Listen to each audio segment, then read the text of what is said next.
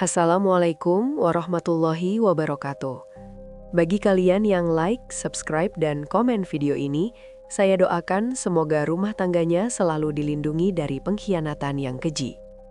Saat aku terlelap lelah, istriku justru menangis merindukan atasannya di TikTok. Ia menikam kesetiaanku, menggadaikan harga diri di sebuah apartemen sewaan yang menjijikan. Tapi air matanya tak akan menghentikan langkahku. Bagaimana caraku mengubur karir dan masa depan mereka berdua tepat di malam penggerebekan itu? Malam itu udara terasa sangat dingin menyengat kulit. Jarum jam di dinding kamar kami sudah menunjuk angka 2 dini hari. Aku seharusnya sudah terlelap dalam tidur yang nyenyak setelah seharian bekerja keras memeras keringat demi keluarga ini. Namun mataku mendadak terbuka saat merasakan pergerakan pelan di sisi kiri tempat tidur. Biniku perlahan bangkit. Ia duduk menyandar pada bantal yang ia tumpuk tinggi di kepala ranjang.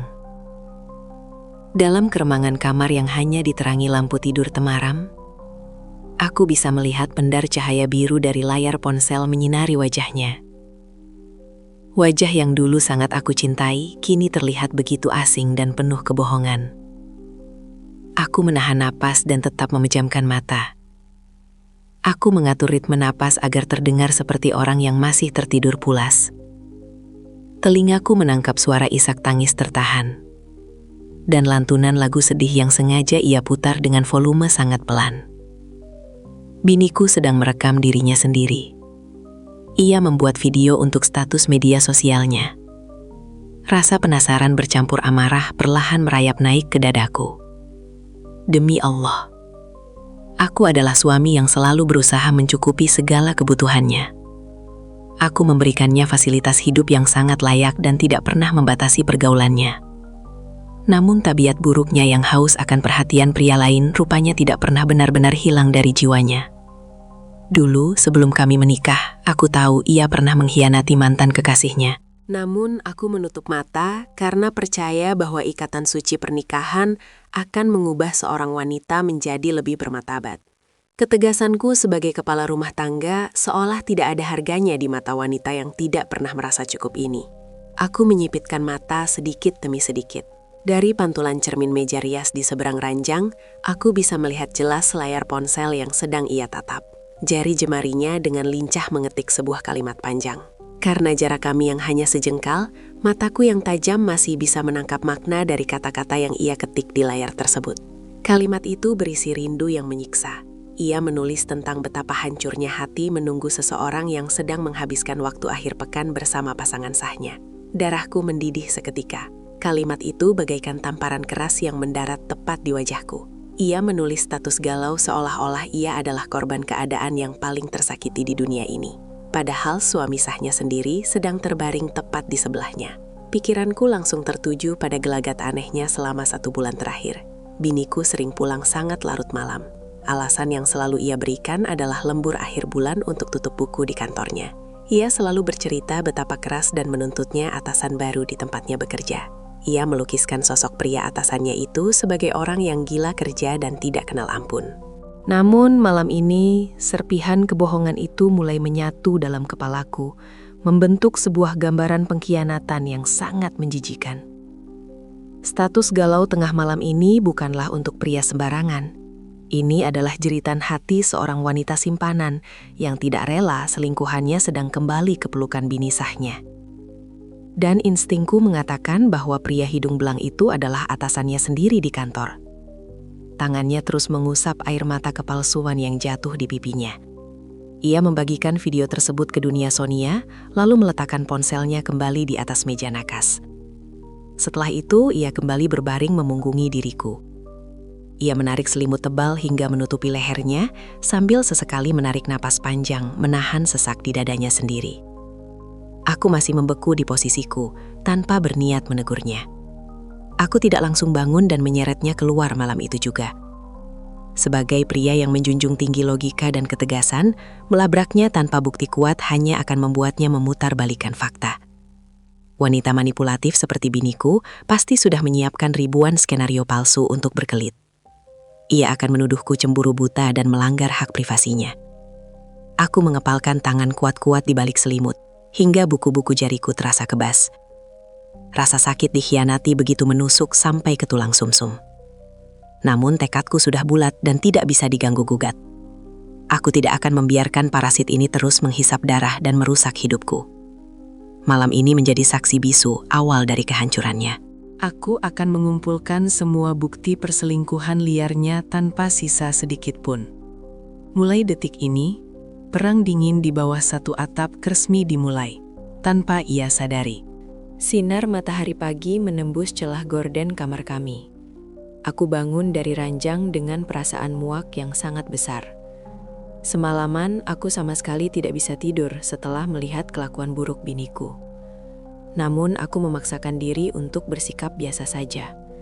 Sebagai laki-laki dewasa, aku menolak untuk terbawa emosi sesaat dan langsung berteriak marah. Aku melangkah ke kamar mandi dan membersihkan diri sebelum bersiap menuju tempat kerja. Saat aku berjalan menuju ruang makan, kulihat biniku sudah duduk di kursi. Ia tidak menyiapkan sarapan sama sekali untukku. Di hadapannya hanya ada secangkir teh yang sudah mulai dingin. Matanya fokus menatap layar ponsel sambil tersenyum lebar. Wajahnya terlihat berbinar. Ekspresi ini sangat berbeda dengan wajah sedih dan menangis saat ia merekam video malam tadi. Perubahan sikap yang cepat ini semakin meyakinkan diriku bahwa wanita di depanku ini memiliki sifat manipulatif yang parah. Aku menarik kursi dan duduk tepat di depannya. Suara gesekan kaki kursi dengan lantai membuat ia terkejut. Ia buru-buru meletakkan ponselnya di atas meja makan dengan posisi layar menghadap ke atas. Ia salah tingkah, lalu berpura-pura sibuk meminum tehnya. Aku menatap tajam langsung ke bola matanya. Aku sama sekali tidak repot mencari tahu atau bertingkah seperti detektif. Fakta perselingkuhan itu datang sendiri menampakkan wujudnya di depan mataku. Tiba-tiba layar ponselnya menyala terang. Sebuah pemberitahuan pesan masuk muncul dengan sangat jelas. Jarakku dengan ponsel itu hanya terpisahkan oleh lebar meja makan. Mataku membaca deretan kalimat pendek yang tertera di layar tersebut. Pesan itu berasal dari sebuah nomor tanpa nama kontak penyimpan. Isinya sangat singkat, namun langsung merendahkan harga diriku sebagai seorang suami. Pesan itu bertuliskan, "Sayang, biniku sudah pergi keluar kota.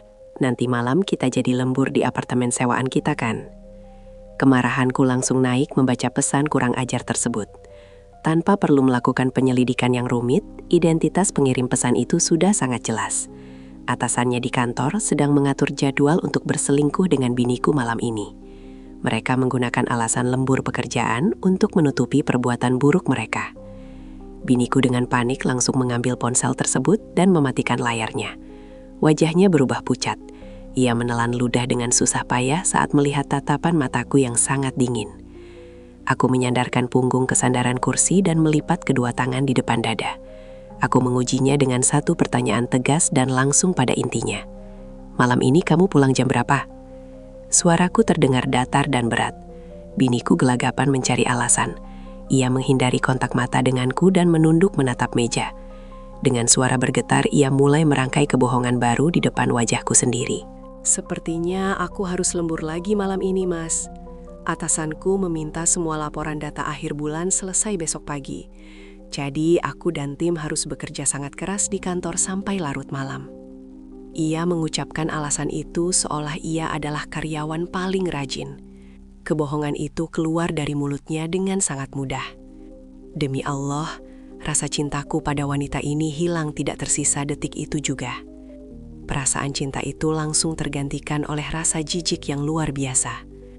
Ia berbohong menatap mataku tanpa ada rasa bersalah sedikit pun di raut wajahnya. Aku menganggukkan kepala perlahan. Aku tidak membantah alasannya. Aku juga tidak menanyakan tentang pesan masuk yang baru saja aku baca.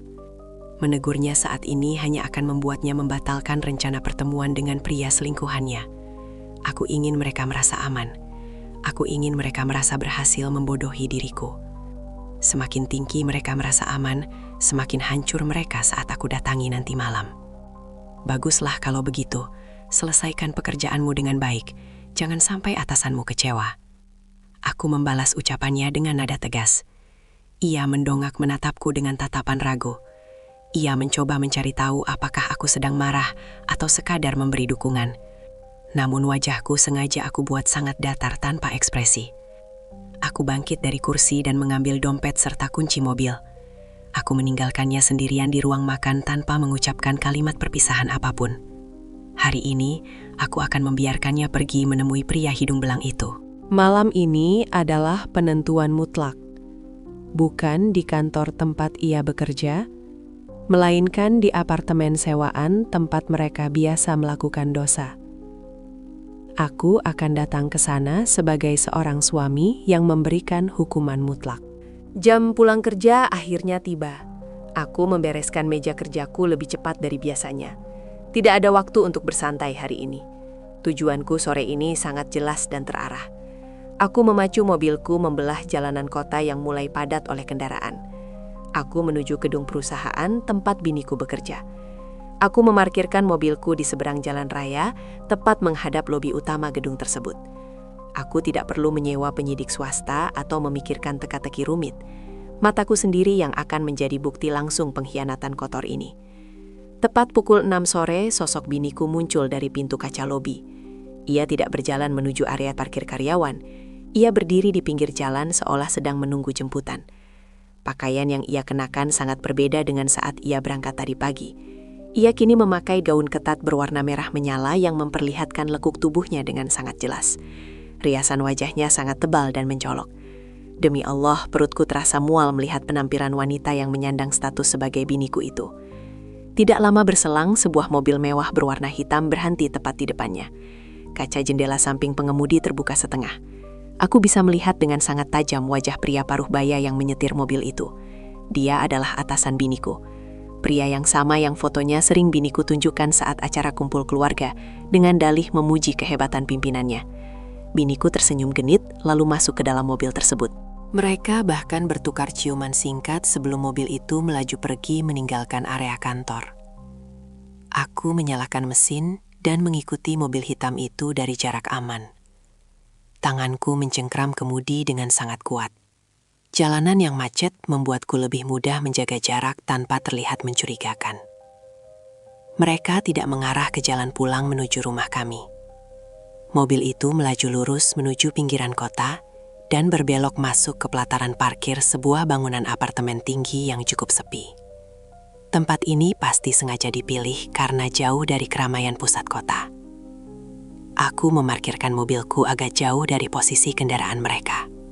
Aku keluar dan berjalan cepat mengikuti langkah mereka berdua memasuki lobi apartemen.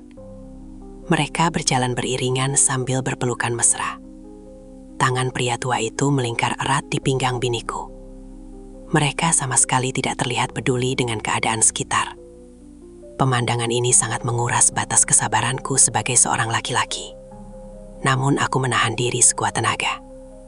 Aku berdiri menyamping di balik pilar besar lobi saat mereka berdua melangkah masuk ke dalam lift.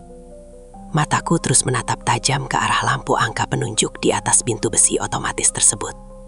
Angka itu terus bergerak naik, dan akhirnya berhenti di lantai 15. Pintu besi itu tertutup, lalu mesinnya turun kembali.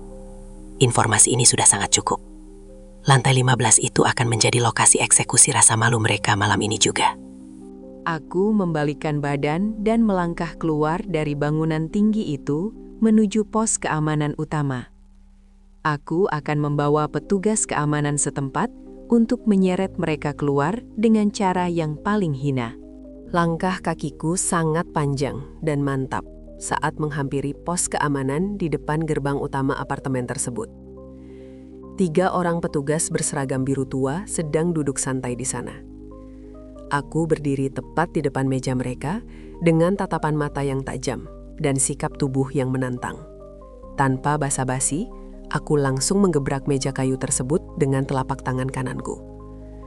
Suara benturan yang sangat keras membuat ketiga petugas itu tersentak kaget dan langsung melompat berdiri dari tempat duduk mereka. Aku menatap wajah mereka satu persatu dengan sorot mata penuh ancaman.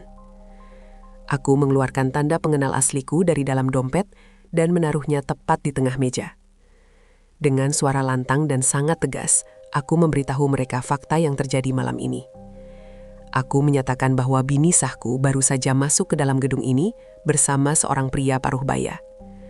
Aku mendeskripsikan dengan sangat rinci wajah pria tua itu dan gaun merah menyala yang melekat di tubuh biniku. Aku juga langsung menunjuk ke arah mobil mewah berwarna hitam milik atasannya yang terparkir jelas di bawah lampu jalan tidak jauh dari pos penjagaan tersebut. Kalian semua harus ikut aku sekarang juga ke lantai 15 gedung ini. Biniku sedang berada di dalam salah satu kamar bersama pria tua pemilik mobil hitam itu. Aku adalah suami sahnya, dan aku punya hak mutlak untuk menggerebek mereka detik ini juga. Jika kalian menolak untuk menemaniku atau berusaha melindungi privasi penyewa unit di atas sana, aku pastikan polisi akan datang kemari. Aku akan menuntut kalian semua atas tuduhan menyembunyikan kejahatan perzinahan. Suaraku menggema lantang di area pos penjagaan yang sepi pengunjung tersebut. Ketiga petugas keamanan itu saling memandang dengan wajah pucat dan tegang. Sikapku yang tidak kenal kompromi sama sekali tidak memberikan mereka celah untuk menolak atau mengajukan banyak pertanyaan. Salah satu dari mereka yang memiliki badan paling besar langsung menganggukkan kepala menyetujui tuntutanku. Ia adalah kepala regu malam ini. Ia mengambil kunci akses utama gedung dan sebuah tongkat pengaman. Ia lalu menginstruksikan satu anak buahnya untuk tetap berjaga di pos, sementara ia dan satu petugas lainnya berjalan mengikutiku masuk kembali ke dalam lobi apartemen. Kami bertiga melangkah cepat menuju ruang tunggu lift penumpang. Suasana malam itu berubah menjadi sangat menekan. Jantungku berdetak sangat cepat seiring dengan langkah kakiku. Namun pikiranku tetap jernih dan fokus pada tujuan utama. Aku sama sekali tidak ingin menangis atau terlihat lemah. Rasa jijik dan muak pada kelakuan biniku benar-benar mengalahkan semua kenangan masa lalu kami. Pintu lift terbuka lebar dan kami segera masuk ke dalam ruang sempit tersebut. Kepala regu keamanan menempelkan kartu akses khususnya, lalu menekan tombol angka 15. Mesin lift perlahan bergerak, membawa kami naik menuju lantai tempat pengkhianatan kotor itu sedang terjadi. Sesampainya di lantai 15, pintu lift terbuka kembali. Lorong apartemen ini terhampar sangat panjang. Tempat ini sangat sepi dan tertutup. Lantai lorong ini berlapis karpet tebal, sehingga langkah sepatu kami tidak menghasilkan suara yang bising. Aku memimpin jalan di depan, sementara dua petugas keamanan berseragam itu mengikuti rapat di belakang punggungku. Aku tidak membuang waktu untuk bersikap kebingungan mencari letak kamar mereka. Aku berjalan lurus sambil memusatkan pendengaranku untuk mencari sumber suara biniku dari balik deretan pintu. Kami terus berjalan tenang melewati beberapa pintu kamar yang tertutup rapat. Tiba-tiba langkah kakiku terhenti secara otomatis tepat di depan sebuah pintu bernomor 158. Dari celah bawah pintu kayu yang tebal ini, aku mendengar suara tawa seorang wanita. Itu adalah suara tawa biniku. Suara yang setiap hari ku dengar, namun kini terasa sangat menjijikan. Tawa itu terdengar sangat lepas, keras dan sengaja dibuat-buat sangat manja. Kemudian tawa itu disusul oleh suara serak seorang pria parubaya yang mengucapkan rayuan kotor kepadanya. Demi Allah, emosiku memuncak pada detik itu juga, mendengar percakapan tidak senonoh dari dalam kamar tersebut. Biniku sedang bersenang-senang dan membuang harga diriku tepat di hadapan pria lain. Mereka menikmati kebohongan mereka di atas hasil keringatku, sebagai suami sah yang bekerja keras dari pagi hingga malam. Tidak ada hal lain yang perlu ditunda lagi. Ini adalah malam penghakiman mutlak untuk wanita pengkhianat itu. Aku menoleh perlahan ke arah dua petugas keamanan di belakangku. Aku memberikan isyarat tangan agar mereka bersiap siaga di sisi kanan dan kiri pintu. Malam ini aku tidak akan mengetuk pintu ini atau memanggil namanya. Aku akan menghancurkan kebahagiaan palsu mereka dengan cara yang paling keras. Aku memundurkan langkahku 2 meter dari daun pintu tersebut. Aku menguatkan tumpuan kakiku dan bersiap memberikan tendangan telak untuk mendobrak pintu kayu di hadapanku. Aku mengambil ancang-ancang mundur 2 langkah ke belakang. Tanpa ragu sedikit pun, aku mengayunkan kaki kananku dengan tenaga penuh, tepat ke arah lubang kunci pintu kayu tebal tersebut.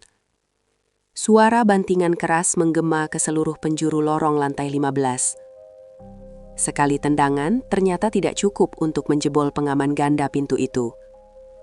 Aku menarik napas panjang, lalu mengulangi tendangan kedua dengan dorongan seluruh berat badanku.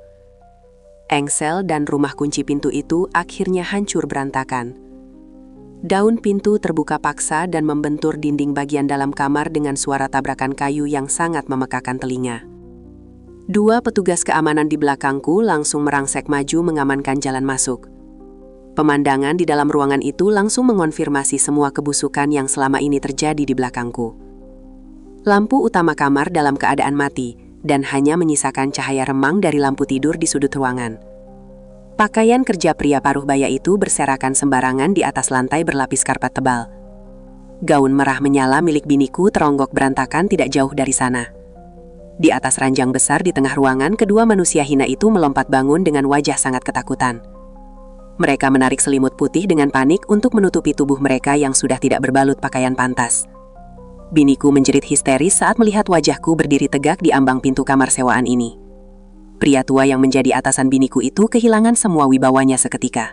Wajahnya yang biasa terlihat sombong di foto-foto acara kantor, kini berubah pucat pasi dan berkeringat dingin. Ia mencoba menutupi wajahnya dengan bantal, sementara biniku menangis gemetar menyebut namaku berulang kali. Ia memohon dengan suara putus asa dan merangkai kata-kata dusta, bahwa ini semua hanyalah salah paham. Mulutnya yang penuh kebohongan itu masih saja mencoba berkelit, di saat bukti perzinahan sudah terpampang nyata di depan mata kepalaku sendiri. Aku melangkah masuk perlahan mendekati ujung ranjang mereka, tanpa mengeluarkan sepatah kata pun. Aku menatap tajam ke arah pria tua hidung belang tersebut. Demi Allah, pria ini telah menghancurkan rumah tanggaku dengan kekuasaan dan uangnya. Kamu menggunakan alasan lembur tutup buku bulanan untuk meniduri bini orang di apartemen sewaan ini. Suaraku keluar sangat datar, namun penuh tekanan ancaman. Pria itu menelan ludah dan tidak berani menatap mataku sama sekali. Ia hanya menunduk sambil merapatkan selimut ke dadanya yang bergetar hebat. Kepala regu keamanan yang berdiri di belakangku langsung menyalakan saklar lampu utama kamar hingga ruangan menjadi sangat terang benderang. Tidak ada lagi tempat gelap untuk menyembunyikan perbuatan kotor mereka malam ini. Biniku terus menangis dan mencoba turun dari ranjang untuk meraih tanganku. Ia berlutut di atas kasur dengan air mata yang membasahi seluruh wajahnya. Aku langsung menepis kasar tangan kotornya itu sebelum jarinya sempat menyentuh kulitku. Aku melarangnya keras untuk berani menyentuh tubuhku lagi. Aku membentaknya dengan suara lantang yang membuat ia kembali tersungkur ke belakang. Kalian berdua sungguh sangat memalukan dan tidak punya harga diri. Kamu merintih membuat status sedih di media sosial saat pria tua ini kembali ke bini sahnya akhir pekan lalu. Dan malam ini, kamu menggadaikan kehormatanmu sendiri demi seorang atasan yang hanya menjadikanmu tempat pelampiasan nafsu. Aku membongkar fakta menjijikan itu dengan suara sangat keras agar kedua petugas keamanan di ruangan itu mendengar semuanya dengan sangat rinci. Aku sengaja mempermalukan mereka hingga ke titik terendah. Malam ini tidak ada jalan keluar bagi pengkhianat. Aku memastikan setiap detik malam ini menjadi hukuman paling berat sebelum aku menyeret mereka keluar dari ruangan kotor ini menuju kehancuran karir mereka masing-masing. Pria tua bangka itu perlahan mengangkat wajahnya yang sangat pucat. Ia menyadari posisinya sangat tersudut dan tidak memiliki celah untuk lari. Dengan tangan gemetar, ia merogoh saku celana kerjanya yang tergeletak di lantai samping ranjang. Ia mengeluarkan sebuah dompet kulit tebal dan menarik sekumpulan uang tunai serta beberapa kartu perbankan. Ia menyodorkan semua harta benda itu ke arahku dengan tatapan memelas. Ia memohon agar aku menutup mulut dan menyuruh kedua petugas keamanan ini pergi dari kamarnya.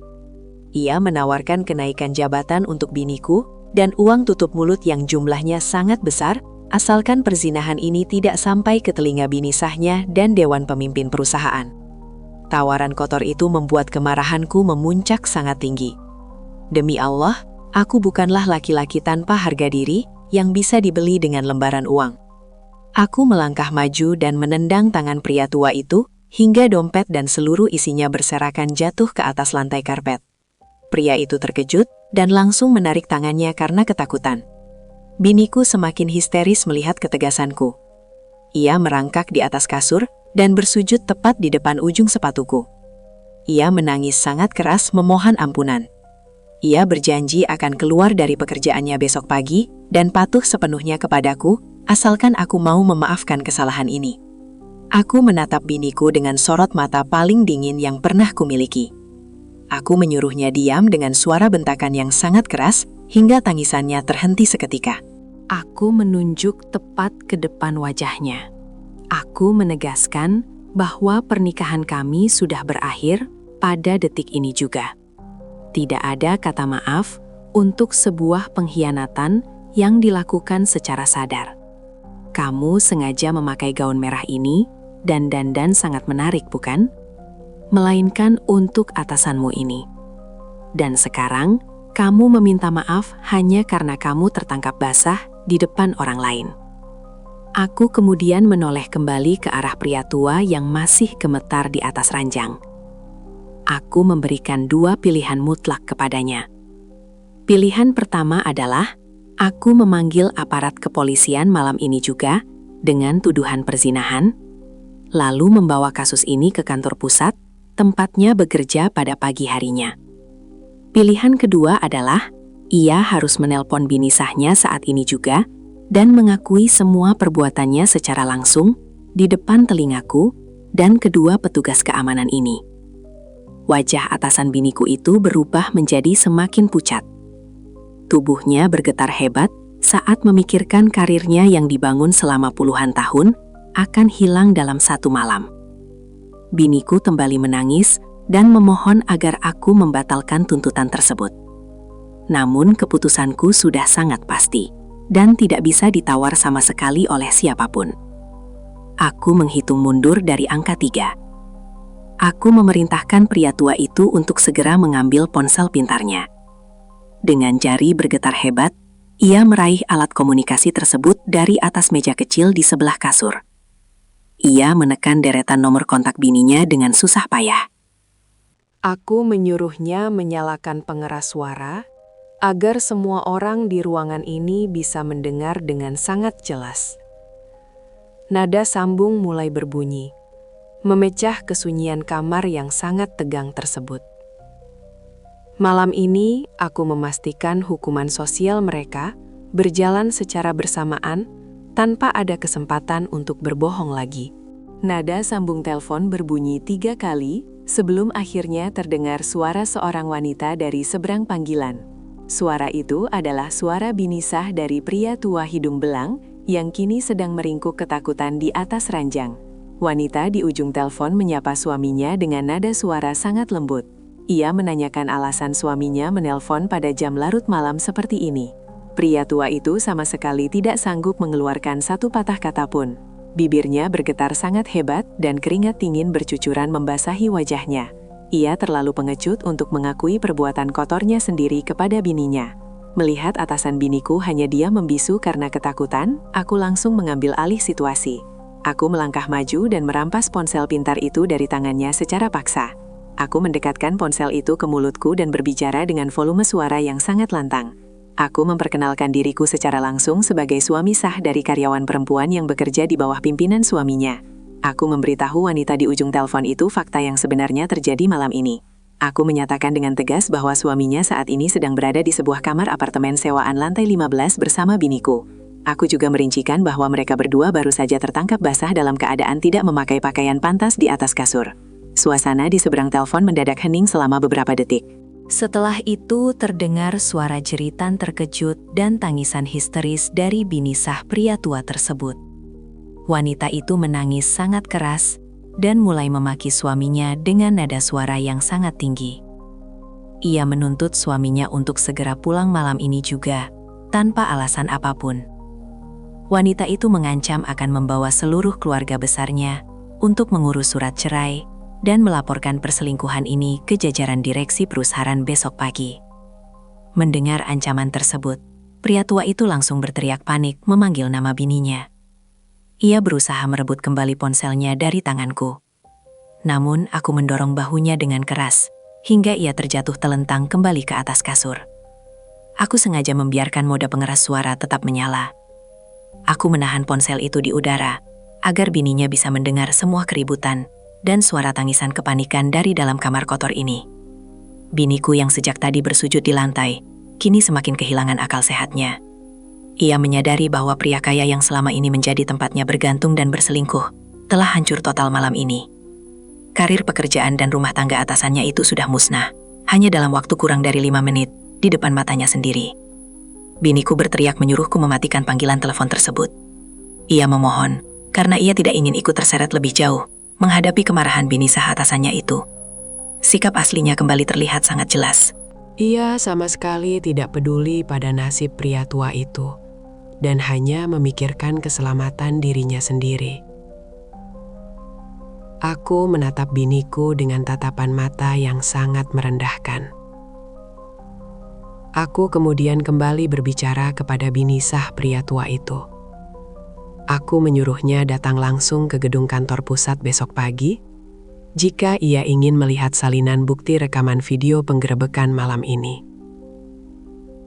Setelah mengucapkan kalimat undangan tersebut, aku langsung menekan tombol merah pada layar dan mematikan panggilan secara sepihak. Aku membanting ponsel mahal itu ke arah dinding kamar, hingga layarnya retak dan mesinnya hancur berantakan. Aku memastikan pria tua itu terisolasi dan tidak memiliki kesempatan untuk menghubungi siapapun untuk mencari bantuan malam ini. Hukuman sosial untuk atasan biniku sudah selesai aku eksekusi dengan sangat telat dan tanpa ampun. Kini tiba saatnya bagiku untuk memberikan hukuman mutlak kepada wanita pengkhianat yang bersimpuh di dekat kakiku ini. Setelah menghancurkan ponsel milik atasannya, aku menundukkan kepala menatap biniku yang masih bersimpuh di atas lantai karpet. Ia memeluk pergelangan kakiku dengan sangat erat. Air matanya membasahi kain celana panjangku. Ia terus memohon ampun dan mengatakan berulang kali bahwa ini adalah kesalahan pertamanya. Ia berbohong lagi di depan wajahku. Ia menangis sangat keras, bukan karena menyesali perbuatan sinanya, tetapi karena ia ketakutan kehilangan seluruh kenyamanan hidup dan fasilitas mewah yang selama ini aku berikan. Aku menarik kakiku dengan sangat kasar hingga pegangannya terlepas. Tubuhnya terjungkal ke belakang, dan punggungnya membentur pinggiran ranjang kayu. Aku tidak peduli sama sekali dengan rasa sakit fisik yang ia rasakan. Rasa sakit itu tidak sebanding dengan pengkhianatan kotor yang ia lakukan secara sadar. Aku menunjuk ke arah gaun merah menyala yang tergeletak berantakan di sudut lantai ruangan. Aku memberikan perintah mutlak dengan nada suara yang sangat tinggi. Aku menyuruhnya memakai pakaian itu detik ini juga. Biniku menggelengkan kepala dan menolak berdiri. Wajahnya memerah karena ia merasa sangat malu harus berpakaian kembali di bawah tatapan tajam 2 petugas keamanan yang sejak tadi berdiri diam menyaksikan penggerebekan ini. Aku tidak memberikan kompromi sama sekali kepada wanita ini. Aku menghitung dengan suara keras dari angka 1 sampai 3. Mendengar ancaman hitunganku, ia akhirnya merangkak dengan tubuh bergetar hebat memungut gaun merah tersebut. Ia memakainya dengan tangan gemetar dan tergesa-gesa sambil terus menangis tersedu-sedu. Pria tua di atas ranjang mencoba memanfaatkan situasi sibuk itu untuk mengambil celana kerjanya secara diam-diam. Mataku menangkap pergerakannya. Aku langsung menoleh dan membentaknya dengan suara sangat keras. Aku melarang pria tua itu bergerak 1 sentimeter pun dari tempatnya duduk beralas kasur. Pria tua itu langsung mematung seketika dan menarik selimut putih itu kembali menutupi tubuhnya dengan wajah sangat ketakutan. Aku kembali memusatkan perhatianku penuh kepada biniku yang kini sudah berdiri menunduk di depanku. Gaun merah ketat itu kini menempel kembali di tubuhnya, mempertegas bukti bahwa ia berdandan hanya untuk memuaskan nafsu atasannya. Demi Allah, malam ini aku mengambil keputusan paling besar dan paling tegas dalam hidupku. Aku menoleh ke belakang dan memanggil ketuargu keamanan untuk maju selangkah mendekat ke sisiku. Aku meminta kedua petugas keamanan itu mendengarkan ucapanku dengan telinga terbuka lebar. Malam ini mereka berdua berdiri secara resmi menjadi saksi hidup atas hancurnya ikatan pernikahanku. Aku menatap lurus ke arah wajah biniku. Aku menarik napas panjang dan menstabilkan nada suaraku menjadi sangat datar, dingin, dan penuh penekanan. Aku tidak berteriak, namun setiap kata yang keluar dari mulutku menggema dengan sangat jelas memenuhi seluruh penjuru kamar sewaan tersebut. Mulai detik ini juga, kamu bukan lagi biniku. Aku menjatuhkan talak 3 kepadamu malam ini di depan saksi yang sah. Kita resmi bercerai dan tidak ada urusan apapun lagi antara aku dan dirimu untuk selamanya. Mendengar keputusan mutlak tersebut, mantan biniku langsung menjerit histeris sangat keras, memecah keheningan malam. Ia memukul-mukul dadanya sendiri dan mencoba menerjang maju untuk memeluk leherku. Namun aku dengan sigap mendorong kedua bahunya hingga ia terhuyung mundur beberapa langkah menjauh dariku. Jatuhnya talak 3 ini adalah hukuman mutlak yang keluar dari mulut seorang suami dan tidak bisa ditarik kembali oleh alasan apapun. Aku kemudian berjalan cepat ke arah meja rias dan mengambil tas tangan kecil miliknya. Aku membongkar isi tas itu dan mengambil kunci mobil serta seluruh kartu perbankan yang selama ini aku berikan kepadanya. Mobil itu aku beli murni menggunakan uang hasil keringatku dan semua kartu perbankan itu terdaftar atas nama pribadiku. Mulai malam ini, ia tidak berhak menyentuh dan menggunakan sepeser pun hartaku. Aku memasukkan kunci mobil dan tumpukan kartu perbankan itu ke dalam saku celanaku. Aku menatap wajahnya untuk terakhir kalinya. Aku menyuruhnya keluar dari kamar ini dan keluar dari kehidupanku selamanya, hanya dengan membawa pakaian kotor yang melekat di badannya malam ini.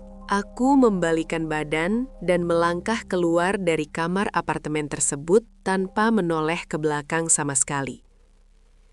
Sebelum melewati pintu yang hancur, aku memerintahkan ketua regu keamanan untuk mengusir paksa kedua manusia pengkhianat itu dari gedung apartemen malam ini juga, tanpa boleh membawa barang fasilitas gedung. Besok pagi, aku akan memastikan proses pemecatannya dari kantor berjalan beriringan dengan hancurnya karir atasan selingkuhannya. Langkah kakiku sangat mantap menyusuri lorong apartemen menuju lift penumpang. Aku tidak menoleh ke belakang sama sekali. Suara tangisan mantan biniku masih terdengar sangat keras dari dalam kamar 158. Ia mencoba mengejarku dengan berlari keluar kamar tanpa memakai alas kaki. Ia memanggil namaku berulang kali dengan nada sangat putus asa. Namun, pintu lift sudah terbuka lebar. Aku melangkah masuk dan menekan tombol lantai dasar. Pintu besi itu tertutup rapat, tepat sebelum tangannya berhasil menggapai celah pintu.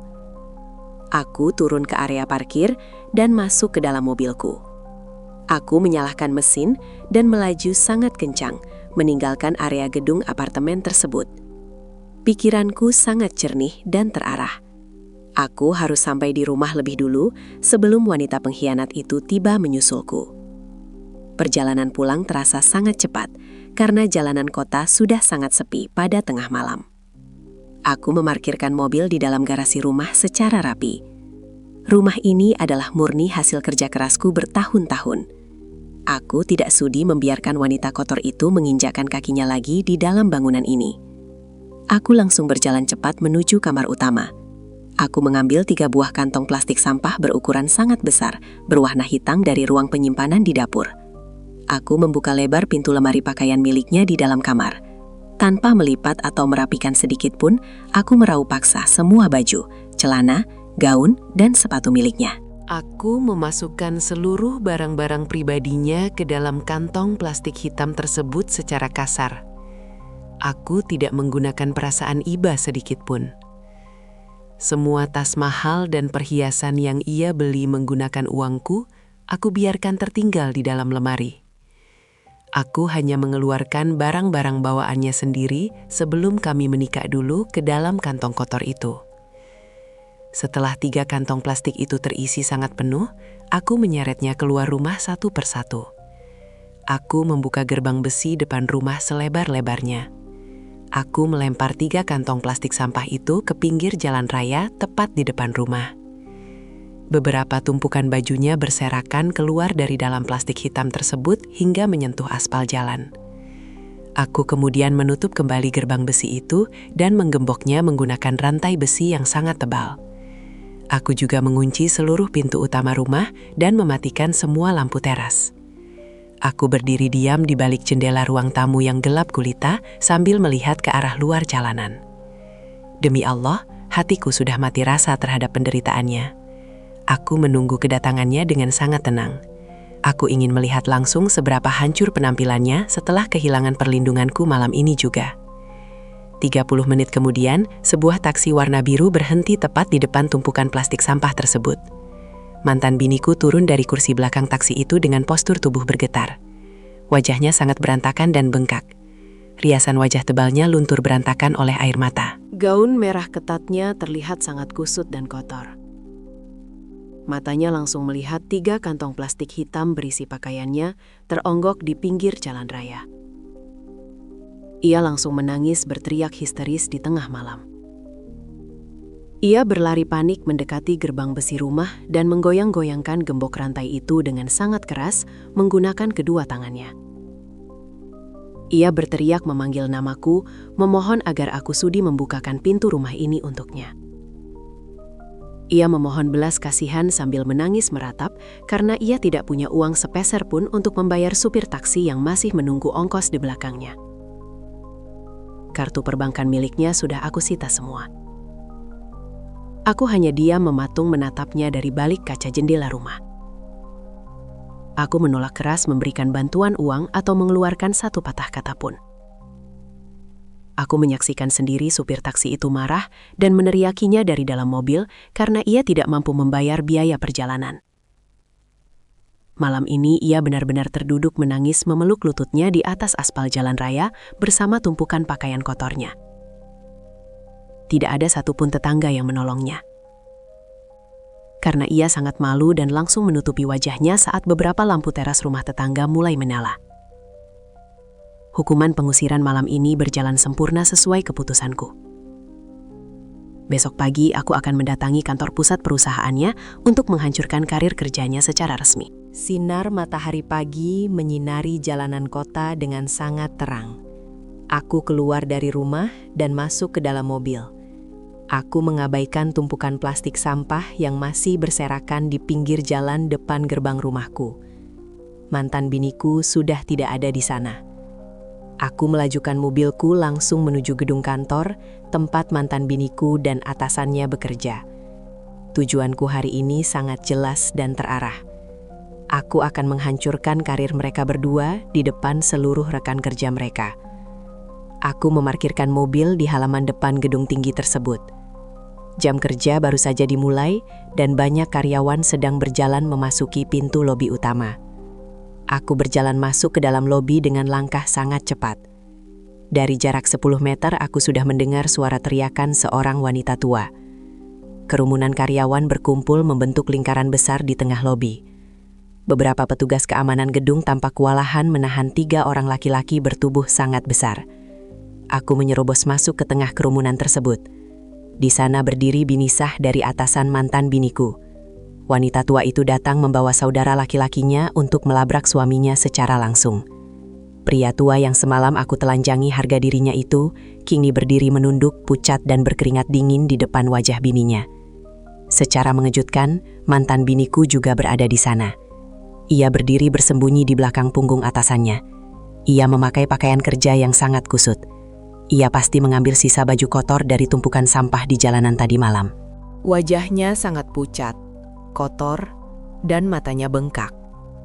Ia pasti datang kemari untuk meminta uang atau meminta tempat tinggal dari pria tua itu karena ia sudah tidak memiliki rumah dan harta benda sama sekali.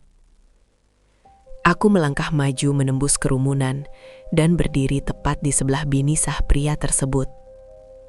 Aku memperkenalkan diriku secara lantang dengan suara sangat keras sebagai mantan suami dari wanita pengkhianat itu.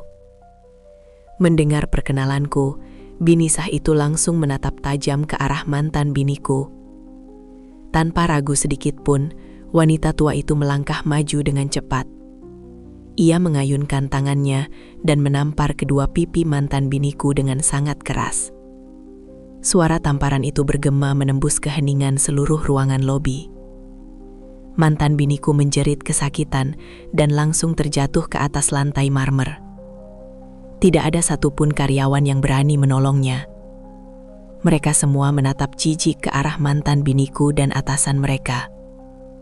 Pria tua itu mencoba menghentikan bininya, namun saudara laki-laki dari bini sahnya langsung mendorong dada pria tua itu dengan kasar, hingga tubuhnya terlempar dan membentur keras meja resepsionis lobi.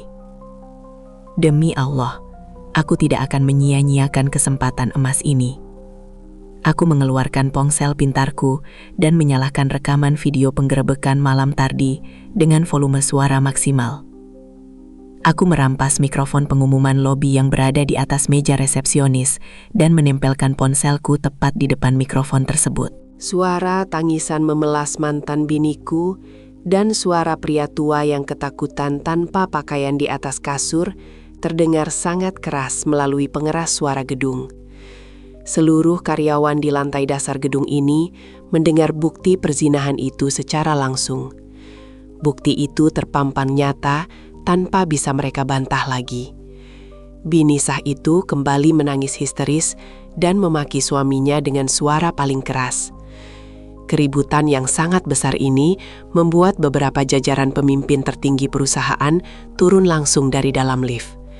Mereka melihat secara langsung wajah atasan itu hancur berantakan, menahan rasa malu yang luar biasa. Pemimpin tertinggi perusahaan langsung mengambil keputusan mutlak detik itu juga di hadapan puluhan pasang mata. Dengan suara lantang menahan marah, pemimpin itu memecat pria tua itu dan mantan biniku secara tidak hormat. Pemimpin itu menyatakan secara lisan bahwa mereka berdua telah melanggar aturan moral perusahaan dan mencemarkan nama baik tempat kerja. Karir puluhan tahun pria tua itu musnah tanpa sisa uang pesangon sedikit pun. Mantan biniku hanya bisa menangis meraung-raung memukul lantai marmer.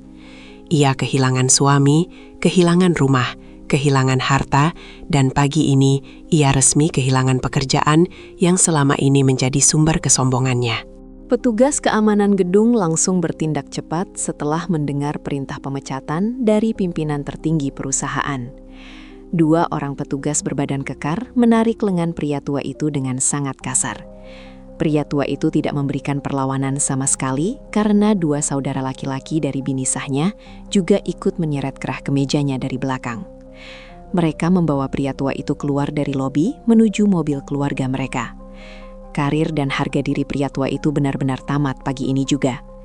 Di sisi lain lantai marmer lobi, mantan biniku masih menangis meraung-raung. 2 petugas keamanan perempuan mendekatinya dan menarik paksa kedua lengannya agar ia segera berdiri. Mantan biniku memberontak dan menolak untuk melangkah pergi. Namun tenaga 2 petugas itu jauh lebih kuat. Mereka menyeret tubuh mantan biniku keluar melewati pintu kaca lobi utama.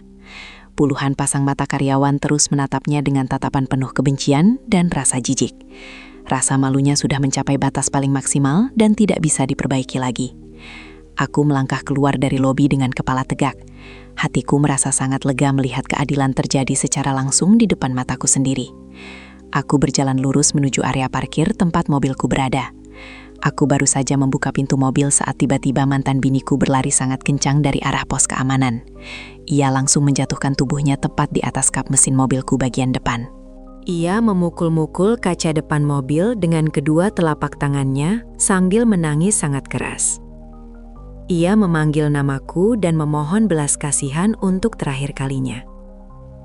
Ia berteriak kencang bahwa ia sangat kelaparan dan tidak memiliki tempat untuk tidur malam ini. Semua teman-temannya sudah memblokir nomor teleponnya setelah video rekaman suara penggerebekan itu tersebar di grup percakapan kantor pagi ini. Ia benar-benar sebatang kara dan tidak memiliki uang tunai sepeser pun. Demi Allah, tidak ada sedikit pun rasa kasihan di dalam hatiku melihat penderitaannya saat ini. Hukuman ini murni adalah hasil dari perbuatan zinanya sendiri di apartemen sewaan tadi malam. Aku masuk ke dalam mobil dan menutup pintu rapat-rapat. Aku menghidupkan mesin mobil dan menyalakan pendingin udara tanpa memperdulikan teriakannya. Aku membunyikan klakson mobil dengan sangat keras berulang kali agar ia menyingkir dari atas kap mesin mobilku. Namun ia bersikeras bertahan dan memeluk erat bagian depan mobil. Melihat keributan tersebut, 3 orang petugas keamanan gedung berlari mendekat ke arah mobilku. Mereka langsung menarik tubuh mantan biniku secara paksa turun dari kap mesin. Ia meronta hebat dan akhirnya terjatuh telentang di atas aspal parkiran yang mulai memanas oleh sinar matahari siam. Aku menurunkan kaca jendela mobilku sepenuhnya. Aku menatap matanya secara langsung dan memberikan kalimat penolakan paling akhir. Aku menyuruhnya meminta makan dan tempat tinggal kepada pria tua selingkuhannya itu. Aku menegaskan secara langsung bahwa urusanku dengannya sudah selesai 100%. Aku juga memberitahunya bahwa detik ini juga aku akan pergi menuju gedung pengadilan agama. Aku akan mendaftarkan sidang perceraian kami secara resmi ke dalam sistem hukum negara. Bukti video perzinahan dan saksi petugas keamanan penggerebekan sudah sangat cukup untuk membuat hakim mengetuk palu perpisahan dengan sangat cepat. Setelah mengucapkan kalimat putusan itu, aku menutup kembali kaca jendela mobilku. Aku menginjak pedal gas dan memutar kemudi meninggalkan area parkir gedung perusahaan tersebut. Aku melihat jelas dari kaca spion mobil bagaimana mantan biniku terus menangis berguling-guling di atas aspal sambil dijaga ketat oleh petugas keamanan agar ia menjauh dari jalan raya. Perjalananku menuju gedung pengadilan agama memakan waktu sekitar 30 menit. Setibanya di sana, aku langsung mengambil nomor antrean pada mesin elektronik otomatis. Aku duduk menunggu di ruang tunggu dengan perasaan sangat tenang dan pasti. Aku langsung menyerahkan semua file rekaman bukti digital dalam bentuk perangkat penyimpan data kepada petugas loket administrasi pengadilan. Aku tidak perlu melakukan penyelidikan lagi karena semua bukti sudah membongkar fakta dengan sangat jelas untuk mengakhiri pernikahan beracun ini selamanya. 1 bulan berlalu dengan sangat cepat sejak pendaftaran gugatan tersebut. Hari ini adalah jadwal sidang perdana di gedung pengadilan agama. Aku datang lebih awal dan duduk tegap di ruang tunggu utama. Tidak lama kemudian mantan biniku muncul dari pintu masuk. Penampilannya sangat mengenaskan. Tubuhnya kurus dan wajahnya kusam. Ia tidak datang sendirian. Ia membawa kedua orang tuanya dan kakak laki-lakinya untuk membelanya. Keluarga besarnya menatapku dengan tatapan penuh amarah. Mereka melangkah mendekat dan langsung menghardikku di depan umum. Mantan mertuaku menuduhku sebagai suami kejam yang mengusir bininya tanpa alasan yang jelas. Mantan biniku ternyata memutarbalikkan fakta. Ia membohongi keluarganya sendiri dengan mengatakan bahwa aku yang berselingkuh dan menuduhnya sembarangan. Aku sama sekali tidak terpancing emosi mendengar cacian mereka. Aku hanya diam dan menatap wajah penuh kebohongan mantan biniku. Ia menundukkan kepala dan menyembunyikan wajahnya di balik punggung ibunya. Petugas pengadilan memanggil nama kami melalui pengeras suara. Kami semua masuk ke dalam ruang sidang yang terasa sangat dingin. 3 orang hakim sudah duduk di depan meja panjang. Hakim ketua membuka sidang dan menanyakan kesediaan kami untuk berdamai. Mantan mertuaku langsung berbicara dengan nada tinggi memohon agar hakim menghukumku karena menelantarkan anak perempuan mereka. Keluarga itu bersikeras bahwa anak mereka adalah wanita baik yang menjadi korban kekejaman suami. Hakim ketua kemudian memberikan kesempatan kepadaku untuk berbicara. Aku berdiri dari kursi dan melangkah maju mendekati meja majelis hakim. Aku tidak membawa lembaran fisik apapun. Aku mengeluarkan sebuah tablet digital layar sentuh dari dalam tas kerjaku. Aku meletakkan tablet digital itu tepat di depan hakim ketua. Aku menyalakan layar dan memutar langsung video rekaman penggerebekan di lantai 15 apartemen sewaan waktu itu. Aku membesarkan volume suara hingga maksimal. Suara tawa genit dan jeritan panik mantan biniku saat pintu hancur terdengar sangat keras memenuhi seluruh penjuru ruang sidang tertutup ini. Layar digital itu menampilkan secara jelas wajah mantan biniku dan atasannya dalam keadaan tanpa pakaian pantas di atas kasur. Demi Allah, wajah kedua orang tua mantan biniku langsung berubah sangat pucat dan tegang melihat tayangan tersebut. Ibunya menjerit histeris dan langsung jatuh pingsan di atas kursi ruang sidang. Kakak laki-lakinya mengepalkan tangan, menahan malu yang sangat luar biasa. Fakta digital itu menghancurkan semua kebohongan yang mantan biniku bangun selama 1 bulan terakhir. Majelis hakim terkejut besar melihat bukti perzinahan yang sangat jelas tersebut. Tidak ada ruang untuk mengelak sedikit pun. Mantan biniku menangis sangat keras memeluk kaki ayahnya. Namun ayahnya langsung menendang tubuh anak perempuannya itu dengan sangat kasar hingga terjerembab ke lantai. Ayahnya menangis marah dan meludah tepat di depan wajah mantan biniku. Keluarganya sendiri kini merasa sangat jijik dan merasa tertipu habis-habisan. Hakim ketua mengetuk palu kayu dengan sangat keras untuk menenangkan keributan di dalam ruang sidang. Hakim menyatakan bahwa mediasi gagal total dan proses perceraian akan langsung dilanjutkan pada tahap putusan akhir. Keluarga besar mantan biniku langsung memapah ibu mereka yang pingsan keluar dari ruang sidang tanpa memperdulikan mantan biniku sama sekali.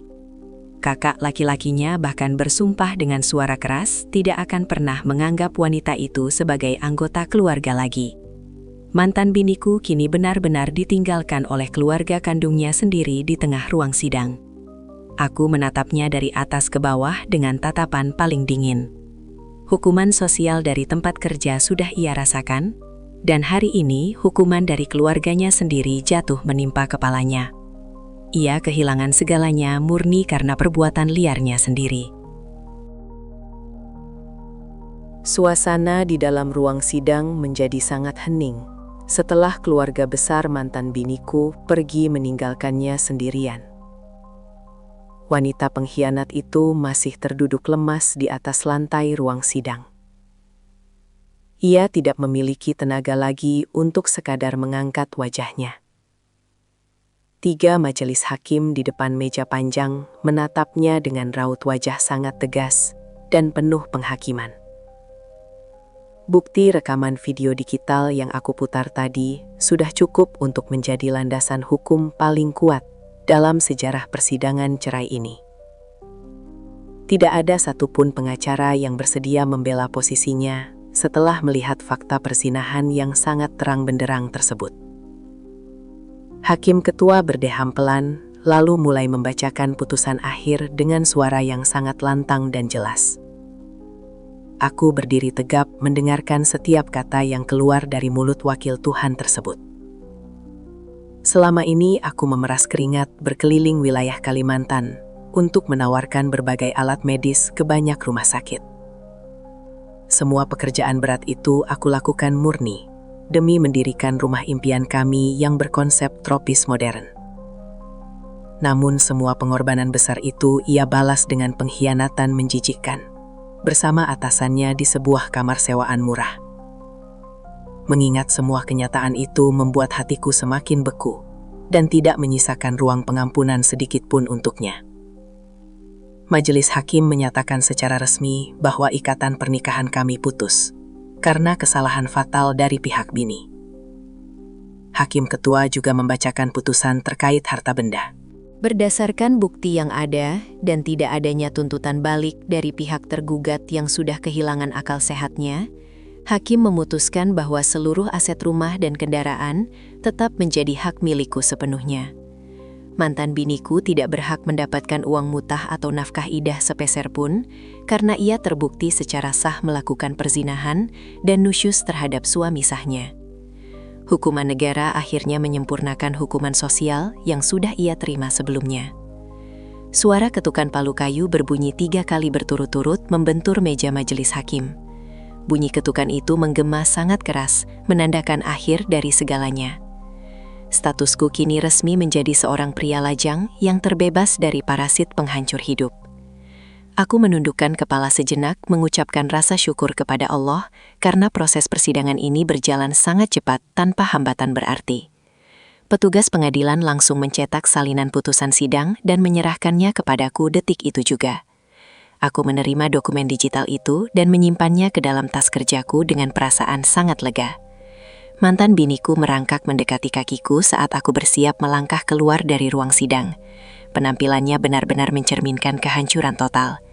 Ia menangis tanpa mengeluarkan suara karena tenggorokannya sudah habis untuk berteriak memanggil keluarganya Tardi.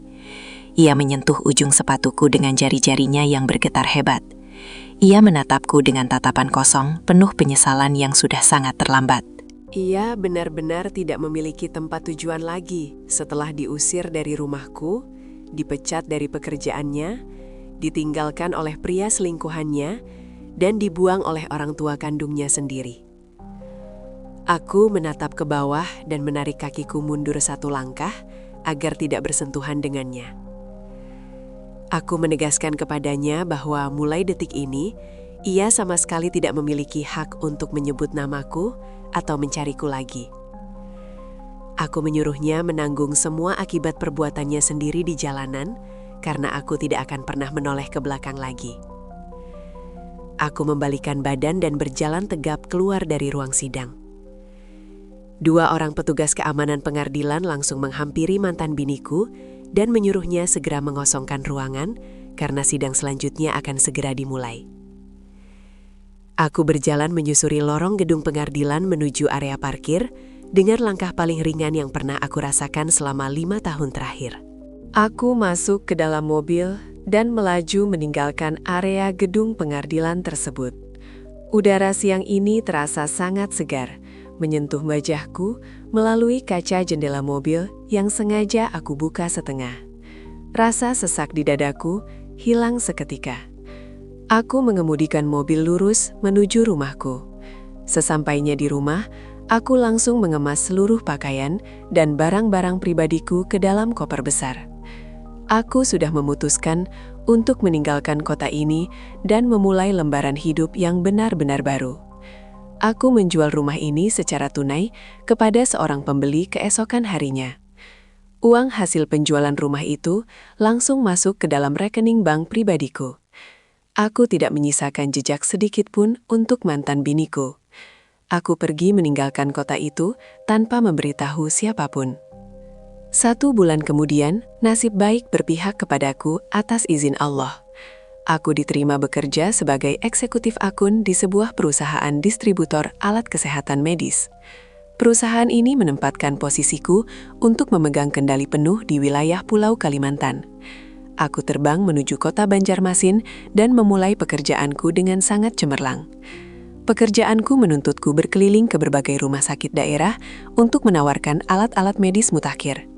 Gaji dan bonus bulananku meningkat sangat tajam setiap bulannya. Dengan penghasilan yang sangat besar itu, aku membeli sebidang tanah luas di kawasan Banjarbaru.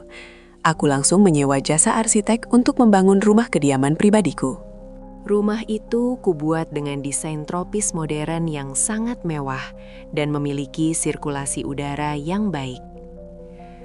Aku memantau perkembangan proyek pembangunan rumahku setiap akhir pekan dengan hati yang sangat damai. 6 bulan berlalu tanpa ada gangguan sama sekali dari masa laluku. Suatu malam, saat aku sedang bersantai di ruang tengah tempat tinggalku di Banjarmasin, aku membuka aplikasi media sosial video pendek di ponsel pintarku. Sebuah video kebetulan melintas di beranda utamaku. Video itu direkam oleh seorang pejalan kaki di pusat kota asalku dulu. Dalam tayangan tersebut tampak seorang wanita berpakaian sangat lusuh dan kotor sedang duduk meminta-minta di pinggir jalan raya dekat lampu merah. Tubuhnya sangat kurus, kulitnya menghitam, dan rambutnya sangat berantakan. Mataku menatap tajam ke arah layar ponsel. Wanita gelandangan itu adalah mantan biniku. Penjelasan suara di video itu menyebutkan bahwa wanita ini hidup di jalanan setelah diusir oleh orang tuanya sendiri. Ia juga ditolak bekerja di seluruh perusahaan karena rekam jejak perselingkuhannya yang sangat viral beberapa bulan lalu. Komentar di video itu juga menyebutkan nasib mantan atasannya yang dulu menjadi selingkuhannya. Pria tua itu kini jatuh miskin dan sakit parah setelah diceraikan oleh bini sahnya. Seluruh aset kekayaan pria tua itu disita habis oleh keluarga pihak perempuan. Mantan biniku kini harus memungut sisa makanan dari tempat pembuangan sampah belakang restoran untuk bertahan hidup setiap hari. Ia benar-benar mendapatkan hukuman setimpal atas semua pengkhianatan liarnya di dunia ini. Aku menekan tombol lewati pada video tersebut dan mematikan layar ponselku. Aku sama sekali tidak merasakan simpati atau keinginan untuk menolongnya. Aku meletakkan ponsel itu di atas meja kaca, lalu berjalan menuju balkon luar. Aku menghirup udara malam kota Banjarmasin yang sangat bersih.